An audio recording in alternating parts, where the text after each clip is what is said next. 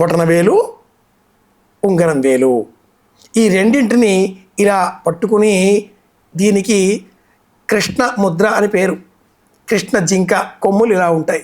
ఈ రెండు కలుపుకొని ఈ కుడి చెవి తమ్మే వేగ్నస్ అనే నరం ఉంటుంది, దీన్ని ఇలా పట్టుకొని కాస్త లాగి కళ్ళు మూసుకొని గోవింద గోవింద గోవింద చేయి తీసేసి ఒళ్ళో పెట్టుకొని, ఆ తర్వాత ఈ చేతిని ఇలా చేసి బొటన వేలు, చూపుడు వేలు ఇలా ఈ 2 వేలు లోపటికి ఈ ముద్రలో పెట్టుకొని ధ్యానం చేయవచ్చు.